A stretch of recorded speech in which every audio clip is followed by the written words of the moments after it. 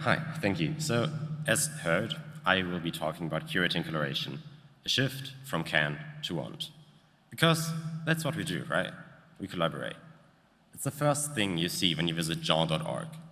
GÉANT is the collaboration of European national research and education networks. Just let that sink in for a second. How amazing is that? GÉANT is not an organization, it's not an institution, no. GÉANT is the collaboration. And then together we develop an information ecosystem of infrastructure and services, right? That's kind of what we do. But it doesn't stop there either. We do come together to do more than that, right? We come together here to listen to talks, to talk with each other, to learn from each other, to collaborate. And we apparently do take that very seriously, right? If the sound doesn't work, we take care of that. And we also curate very well what we do. The talks we listen to, the time spent, the energy spent to organize all of this. How incredible. And yet, I hate to be the one that breaks it to you. We do all of this for nothing. This is so unnecessary. In the end, all of this could have been a Zoom call as well. And I see some laughing, some nodding, also some head shaking. What's he talking about? But it is true. All of you standing there, sitting there, listening to me is a waste of your time as much as of mine. This talk was uploaded before and as a video. I could have done it as a podcast. I could have written a memo, right? It would have gotten the message across as well. But yet, we choose to come here, to spend even more effort, time, and money to not just organize everything, but to actually come together here in person. So, why do we do that? Why are we here? We are here because collaboration is so deeply social. It is so deeply human, right? It is about trust, about building relationships. It is about sharing of knowledge, skills, and experiences. It even is about disagreement. The one thing that you might not want to hear, but maybe kind of need to hear today.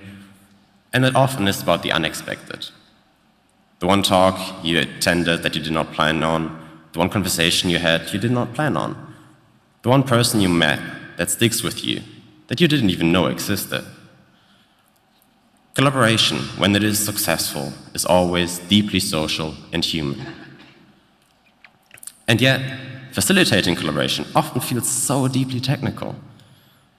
I mean, I hope you all had a look at the TNC program. It's kind of already over, but just remember what you heard, the sessions you visited, and also the ones that you read about that you did not visit. Often, when talking about collaboration, we talk about tech. And for me, I don't have a tech background. I do hybrid learning environments, hybrid collaboration environments. It's what I research on, it's what I design. And for us, it's the same, which is kind of counterintuitive. We design physical spaces, and yet we first talk about digital infrastructures. How can we bridge distance? How can we connect people? How can we facilitate collaboration? What services do we need? What infrastructure? What physical tech? How do we connect them to Ethereum? All of those things need to be considered. But in the end, technology still never stands on its own. And that's kind of the perspective that I want to bring us back to today, right? I brought a framework with me, the PST framework by David Radcliffe, not to be confused with Daniel Radcliffe. It is science, not Harry Potter. And this framework is not about magic, no. It is about pedagogy, space, technology, and their interdependency. To break it down to its very core for now, oversimplify, but in the end it says that technology extends physical space and that it enhances pedagogy, right? And for our context here, pedagogy is kind of similar to collaboration and research. It is about us engaging with each other, with data, and learning processes. And technology has changed the way we do that. We always collaborated in some space.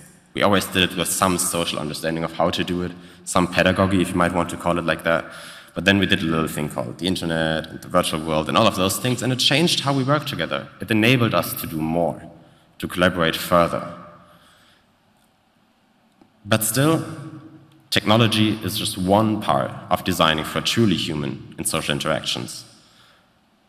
And that's what I want to hold on to, because if we focus on tech, but there's more to it, maybe we should collaborate more. We should think about more. And that is what I want to invite you to. After TNC, I invite you to take a moment and reflect on your own work, your day-to-day work. Let's not just think about what technology can do, but about how we all want to use it. Thank you.